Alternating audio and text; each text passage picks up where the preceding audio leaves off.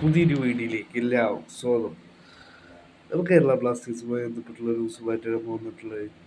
Kerala Blasters കഴിഞ്ഞ മത്സരത്തിലായിരുന്നു Emami east ബംഗാളിന്റെ സീസണിലെ ആദ്യ പോയിന്റ് സ്വന്തമാക്കിയത്. 1-1 സമനിലയിൽ പിരിയുകയായിരുന്നു മത്സരം.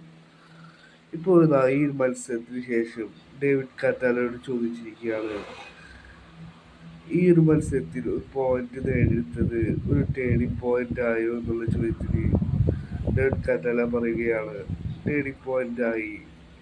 ടീമിനകത്ത് ഇപ്പോൾ ഒരു കോൺഫിഡൻ്റ് ആയിട്ടുണ്ട്. ഇത് ഞങ്ങൾക്കൊരു ടേണിംഗ് പോയിന്റ് ആയിട്ടുണ്ട്. ഒരു പോയിന്റ് നേടിയെടുത്തത് 3 പോയിന്റ് അല്ല, പക്ഷേ ടീമിനകത്ത് കോൺഫിഡൻസ് ബിൽഡ് ചെയ്യുവാൻ ഈ ഒരു പോയിന്റിന് സാധിച്ചിട്ടുണ്ട് എന്നാണ് ഇപ്പോൾ ഡേവിഡ് കാറ്റാല പറയുന്നത്.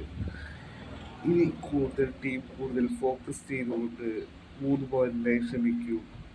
ടീം ഇപ്പോൾ കൂടുതലായി ഫോക്കസ് ചെയ്യുന്നത് വിജയം നേടുവാനാണ് എന്നാണ് ഇപ്പോൾ ഡേവിഡ് കാറ്റാല പറയുന്നത്.